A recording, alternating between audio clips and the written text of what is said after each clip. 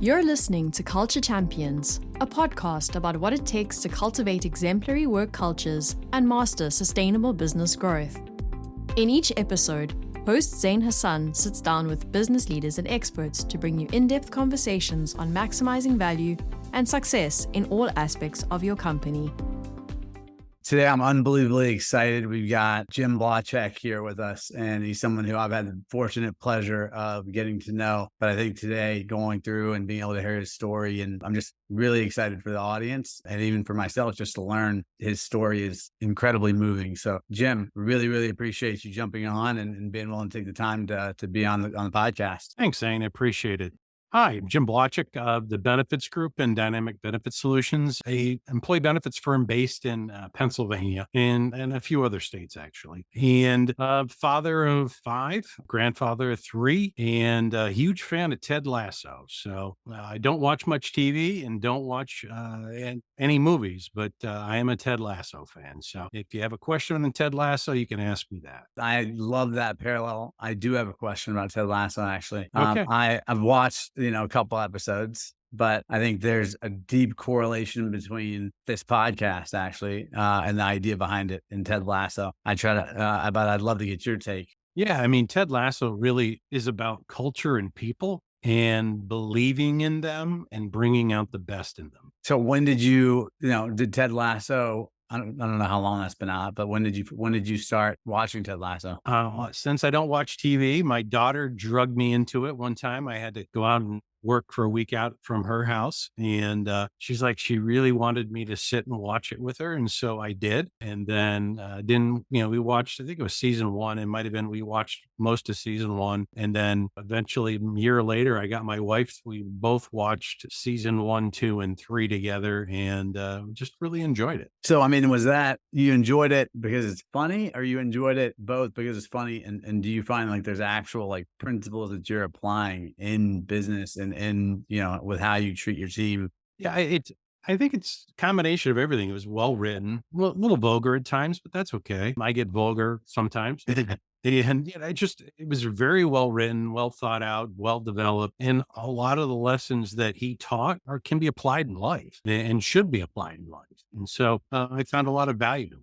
No, I think on that note, Jim, your story, and the background, because, you had this, you had your own business that's been like what I'll call self-sufficient in terms of a lot of people want to move from that role of being, leading a business to knowing they can, what I'll call own a business and not have to be inside it. And then they can kind of choose if they do or don't want to be inside it. I think you've been able to figure that out, but I'd love for you to go through your background in terms of, the business stages and your story, because candidly, I think that's where the audience will get the most value, just the authentic aspect of that and how much that's really shaped how you approach culture. I began this business back in 88. Really coming right out of college and began in the insurance industry. And I want to say we did well in spite of ourselves. We were working in our business and not necessarily on our business. And 12 or 13 or 14 years ago, we met a business coach who began to get us to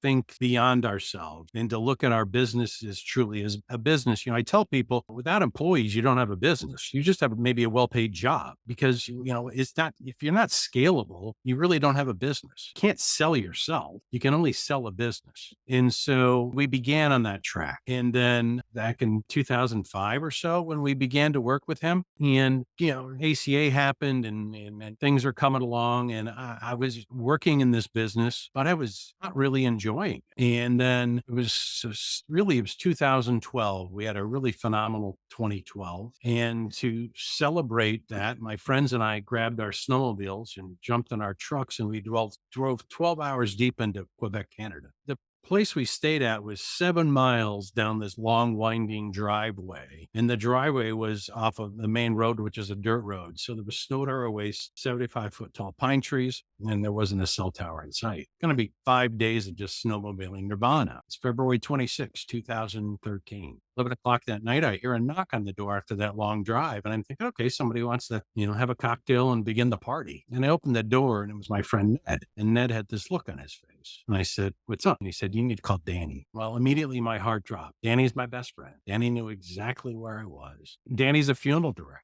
So immediately I think my mom's 83, my dad's 88. And so I'm outside and I was frantically searching for that elusive cell signal. And eventually I did get a hold of Dan. And the words he told me changed my life forever. It wasn't my mom and it wasn't my dad. My 22-year-old son had committed suicide that day. I don't tell people this story because of that. I really tell people this story because of what I've learned and what's happened since. For the next 2.5 years of my life, I was my company's worst employee. I wasn't present mentally, physically, or emotionally. Yet, not only did my company survive, it thrived and grew. And if somebody had asked me 6 or 7 years ago how or why it happened, I couldn't have told. But about 4 or 5 years ago, the light bulb went off. And I realized when I stepped out, my employees stepped up. My employees saved our business.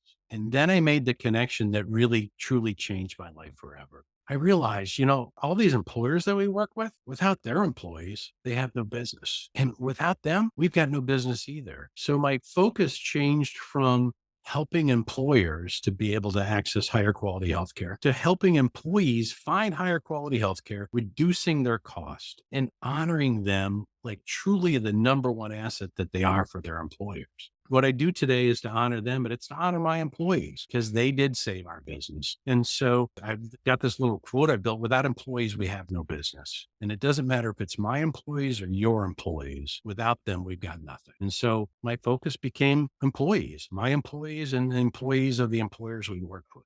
Wow.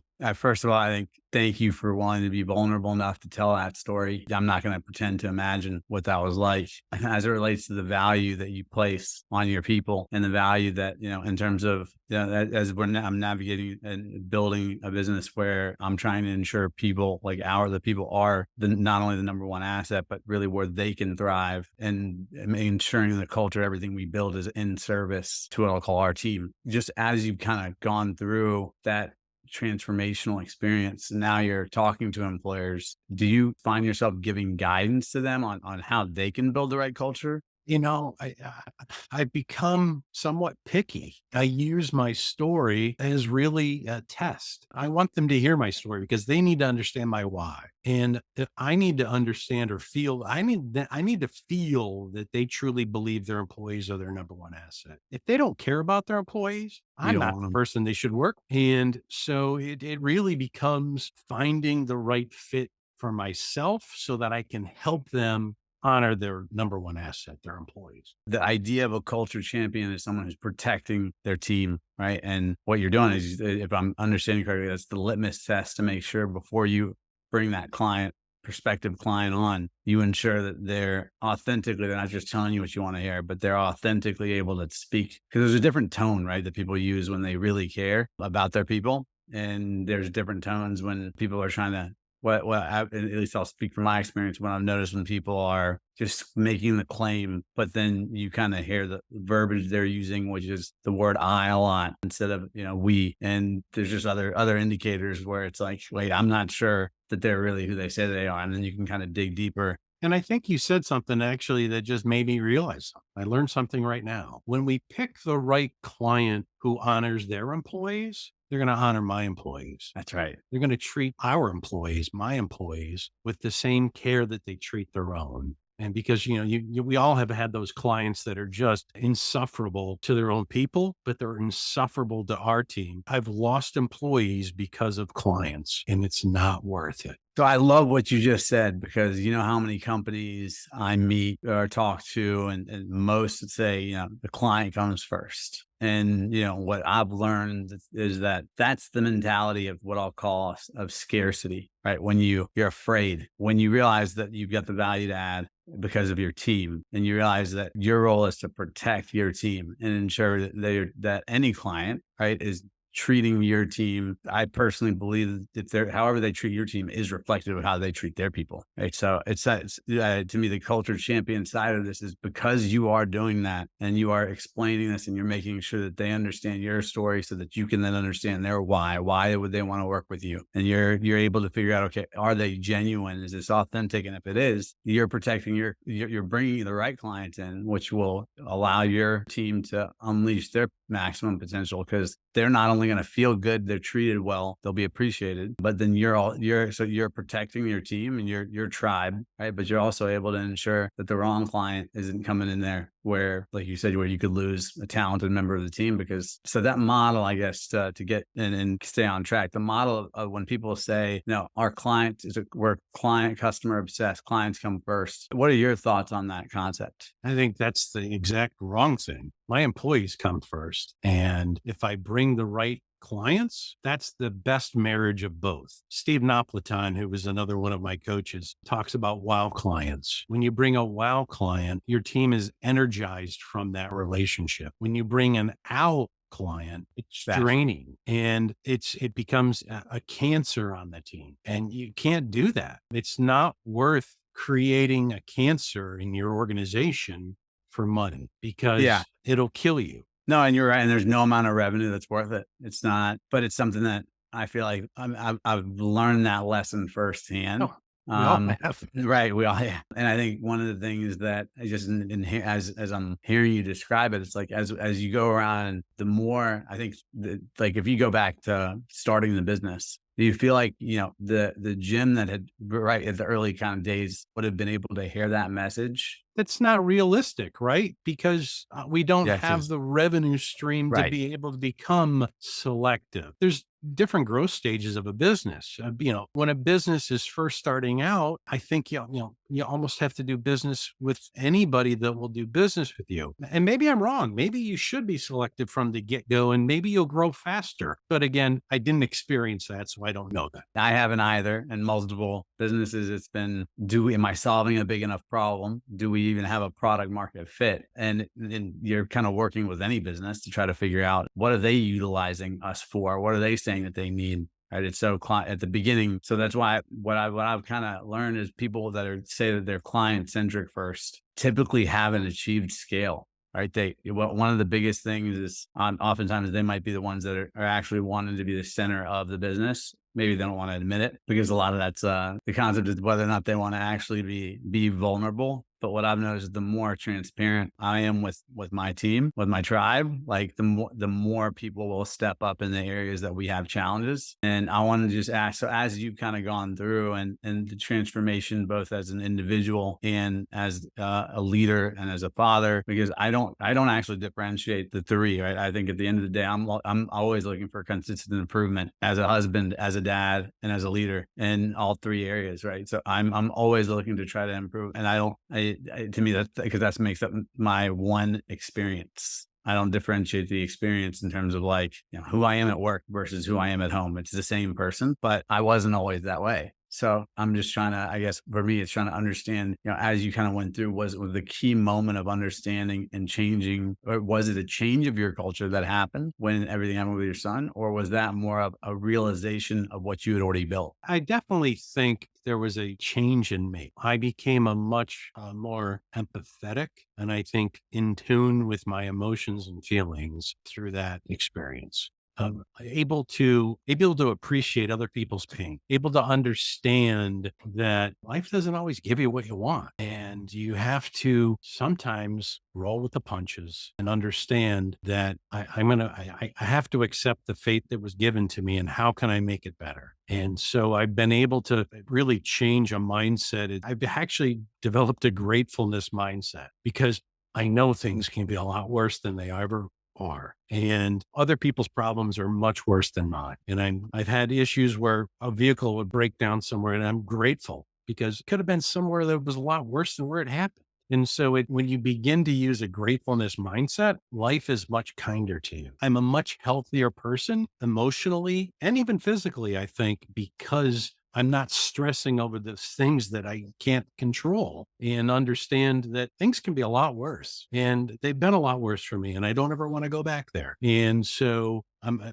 appreciative of every breath that I take today. And I want to be a better father, a better leader, a better husband today and tomorrow. And so just strive for that. Everything you just said in terms of the gratitude mentality or the gratefulness mentality that you just described, did that get built through, like, is it a daily habit? Like, how do you remind yourself in those moments where, because I certainly appreciate that at the end of the things that you used to, like, as you, both with experience and adversity, the things that used to become like, maybe you'd stress out over are probably not stressful. And now what you consider stress, it would be something that would have to be pretty monumental. Like, because of the description of what you just labeled, right? The gratefulness mentality, knowing that, well, whatever you're going through, somebody else is going through things that are tremendously worse. And you're still really fortunate to be in the position. I think it's just because I become empathetic and understand that there's other people that have a lot worse problems than I do. And woe is me is never the answer. I don't have a gratitude journal. I think it literally was, I had a mind shift change.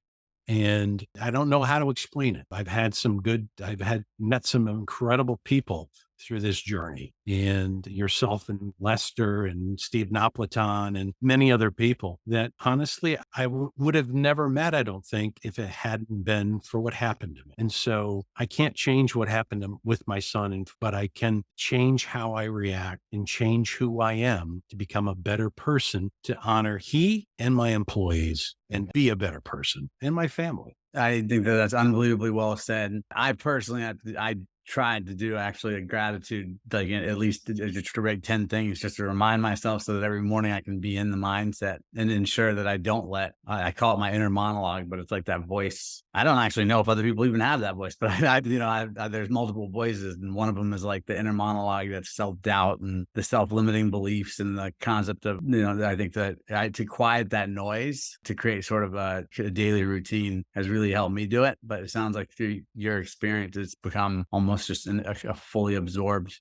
like you just make sure I'm clarifying, you didn't practice a routine. So the coaching that you're mentioning that you reached out, that was that business coaching? It was cathartic, right? I mean, if I dwelled on the negative, it would have killed me. I had a choice. I could have dwelled on the shitty situation that happened, or how can I grow from this? How can I become a better person? And luckily for me and luckily for my family, I think able to grow from it. And for your team, kudos to you, because candidly, there are a lot of people that don't, with a situation like that, the ability to be self-aware and get yourself out of that rut and to be able to make a difference and use that adversity for positive change. That's extremely commendable. So, Thank you. as you now, right, as you go forward, how do you think about the idea? Like, how do you look at people that you're bringing on the team, new people that you're hiring or recruiting? I guess what's your litmus test for determining the right team member? They have to be good people. It's conversation.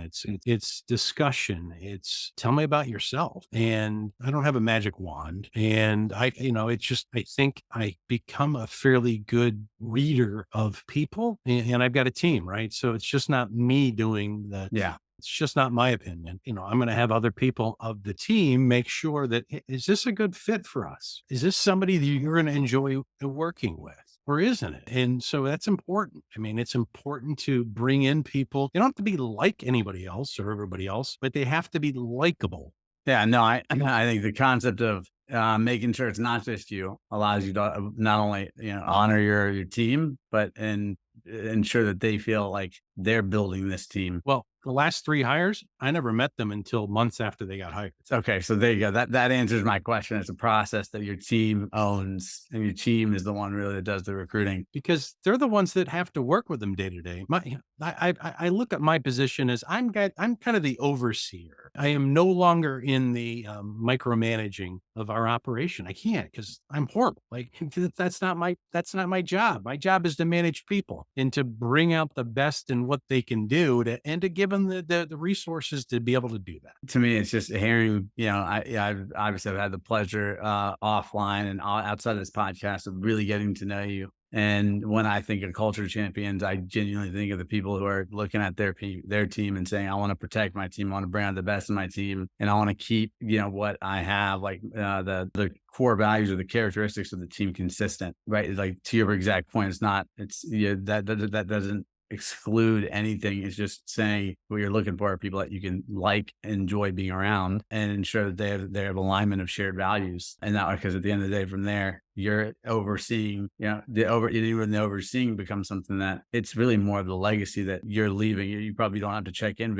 as frequently as most people that are in their business, because you're not really in the business. You're more working on the business and thinking strategically. That was lessons learned and money spent to be able to dream what I wanted my business to look like, and then figure out a way to, and I say my business, it's really our business. I do have a business partner, but it's really our business too, because it's our employees, it's their business. And so again, I wanted to be able to build something that did have a long-term future. It's not dependent upon me or Jeff or any one person, so that there is a legacy and a long-term ability for this organization to continue forever. I think the audience will get a lot of value out of this. This really, again, appreciate you sharing your story. What's 5, if you were looking back, or not, if not 5, but what is your future vision for the business? Like what's the legacy that you want to leave? Well, we have an aging workforce. And so we need to figure out how we can bring in younger people that can assimilate the culture and then be able to lead. I think,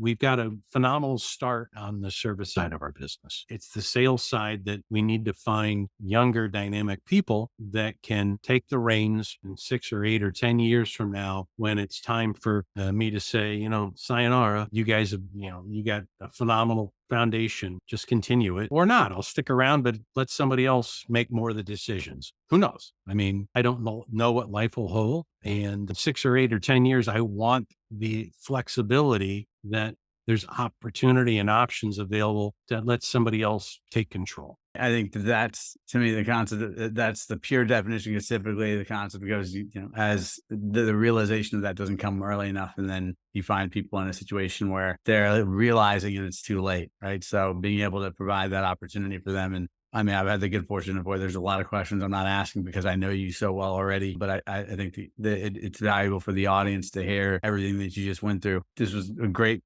dialogue. I really appreciate you jumping on, and in every way, you keep being a culture champion, Jim, because you're like a perfect example of exactly what this podcast is about. I appreciate it. Thanks for the opportunity to let me share my story, and I hope maybe it can open up some people's eyes, so that they can maybe change some mindset to look at their employees as their number one asset. I think before, one of the things to that point, so for the audience, if they want to get in touch with you, reach out, what would be the best way or your preferred way for them to do that? You can find me on LinkedIn.